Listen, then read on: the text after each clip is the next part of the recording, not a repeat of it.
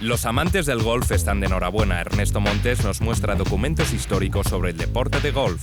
Tras años de búsqueda y de documentación, Ernesto logra reunir en esta caja unos facsímiles, unas reproducciones exactas de los documentos originales sobre este gran deporte que tanto nos llena y satisface. Golf Plus tuvo el privilegio de reunirse con él en la sede de la Real Federación Española de Golf y nos mostró y desveló la historia de estos manuscritos. El proyecto nos llevó aproximadamente unos 3 años, desde que tuve la primera idea de cómo hacerlo hasta que conseguí todos los derechos, los permisos y todo. Fueron alrededor de unos 3 años. Mi idea con la colección era abarcar desde el documento más antiguo que se conserva, en el cual se menciona el juego del golf, hasta el establecimiento del juego como tal. Yo considero que ese momento es una vez que se establecen las reglas originales del juego. Comienza con el documento más antiguo donde se conserva, donde se menciona el juego del golf, que es la prohibición de 1457 del rey Jaime II. El motivo de esta prohibición fue que el Reino de Inglaterra constantemente atacaba el Reino de Escocia desde el sur. Los ejércitos del momento eran los paisanos, por decirlo de alguna manera, y el rey quería fomentar la práctica del tiro con arco. Entonces, en la prohibición se prohibió tanto el juego del golf como el del fútbol, curiosamente, los dos. De hecho, se establecieron una serie de dianas donde todos los hombres deberían de lanzar un número determinado de flechas. Y todos aquellos que fueran sorprendidos jugando al golf eran multados. Este documento se conserva en los archivos del Parlamento escocés y, como he dicho antes, es el documento más antiguo en el cual se menciona el juego del golf como tal. Y, curiosamente, el juego se prohibió 3 veces en la segunda mitad del siglo XV. Tanto Jaime II como Jaime III como Jaime IV prohibieron el juego del golf. Esas 3 prohibiciones están incluidas en la colección. Es una reproducción exacta del documento tal y como se conserva hoy. No se cambia absolutamente nada, respetando diseños de papel, formatos y demás. El primer problema con el que nos encontramos era que nunca se hizo un documento levantando esa prohibición.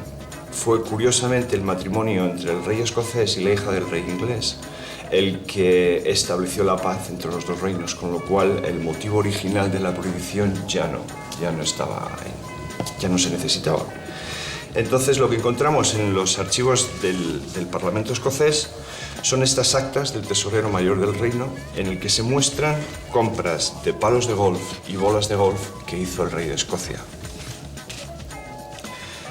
Estos documentos consideramos que son los que muestran que el deporte ya es lícito, por decirlo de alguna manera, ya todo el mundo puede jugar. El siguiente paso en la colección era intentar abarcar distintos aspectos del juego de golf. Uno de ellos era cuestiones de palos, cuestiones de bolas. Las bolas originalmente se importaban de los Países Bajos, no se manufacturaban en Escocia. Entonces el rey escocés en el año 1618 otorgó a James Melville el monopolio para empezar a manufacturar bolas de golf en Escocia. Uno de mis objetivos era incluir St Andrews. St Andrews no estaba formada como asociación de golfistas hasta el año 1754. Pero encontramos esta carta que nos valió para 2 cosas.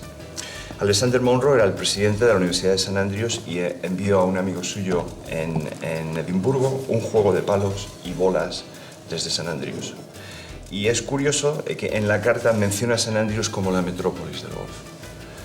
En St Andrews se ha jugado al golf durante muchísimo tiempo, pero como tal, como asociación, no estaba formada, no se formó hasta mediados del siglo XVIII. En 1687 Thomas Kincaid era un estudiante de medicina de la Universidad de Edimburgo. Era un arquero consolidado y cuando descubrió el juego del golf empezó a escribir un diario con las experiencias que él tenía con el juego. Este es un documento importantísimo porque en él se conservan lo que están aceptadas hoy en día como las primeras instrucciones de cómo hacer el swing del golf. Otro de los factores que hacen a Thomas Kincaid importantísimo es que fue el primero que tuvo un concepto de establecer un handicap system. Él vio que en orden para tener un partido igualado entre un jugador más experimentado que otro, había que darle una pequeña ventaja. Entonces eso es lo que hoy en día nosotros conocemos como el handicap system. Llegamos al año 1744, un año importantísimo en la historia del golf. En ese año la ciudad de Edimburgo decidió organizar la primera competición abierta. Es una competición que, como su nombre dice, todo el mundo puede jugar. Entonces la ciudad, el consejo de la ciudad, establece y mantiene estas actas en las cuales se estipulan todas las condiciones que se deben de seguir para jugar la competición. Incluso se menciona que el premio de la competición va a ser un palo de plata. El nombre de la competición es The Silver Club Competition. Y se establecen en él una serie de tradiciones que hoy en día han sido mantenidas por lo que conocemos como el Abierto Británico, de Open. El hecho, por ejemplo, de que el trofeo se marque con el nombre del ganador, de que el ganador retenga el trofeo durante un año. De hecho, incluso se estableció que el ganador del torneo sería el capitán del golf para el año siguiente, en el cual recaerían sobre él responsabilidades como organización de torneos, mediación en cuanto a disputas y en cuanto a normas. Porque las normas es una cosa que necesitamos. Si vamos a jugar una competición abierta, necesitamos unas reglas. Hemos visto que desde mediados del siglo XV hay constancia documental de que se juega al golf, pero no existen reglas. Entonces el Consejo de la Ciudad contacta con The Honourable Company of Edinburgh Golfers y les encarga que establezcan unas reglas. Estas 13 reglas son las reglas originales del juego al golf. Es un documento importantísimo y se conserva en la Biblioteca Nacional de Escocia, pero pertenece a la Compañía de Golfistas de Edimburgo. Y en él se establecen las 13 normas fundamentales. Hoy en día tenemos un libro de normas bastante grande, pero en esencia las normas son más o menos las mismas. La primera competición, como hemos dicho, se jugó en Edimburgo. En este mapa podemos apreciar la zona metropolitana de la ciudad de Edimburgo, y en esta pequeña área que vemos aquí, esto es lo que es conocido como Leith Links, es donde se jugó la primera competición abierta. Como hemos visto, hay multitud de documentación y vamos a necesitar un poco de ayuda. Olive Guedes es la directora de la sección de manuscritos de la Biblioteca Nacional de Escocia. Ella fue la que nos ha escrito este comentario. En este libro vamos a encontrar información sobre todo el contexto sociocultural de los años en los que el juego del golf empezó a practicarse y en los que se instauró. En él vamos a descubrir multitud de personajes, multitud de figuras que jugaron un papel importantísimo en los primeros años de la historia del juego.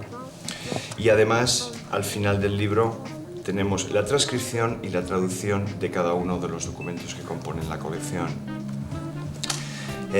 Este libro está exclusivamente en inglés, pero brevemente tendremos una traducción en castellano que estará disponible. La colección es una edición limitada, numerada y certificada por un notario de la ciudad de Dallas. La edición son 2.500 copias a nivel mundial. Y una cosa que quiero que quede muy clara, porque es parte fundamental del acuerdo que tengo con estas instituciones. Una edición. No va a haber copias extras, no va a haber una edición especial con una caja de presentación distinta. Esta es una colección que se ha hecho una vez y que no se va a volver a repetir.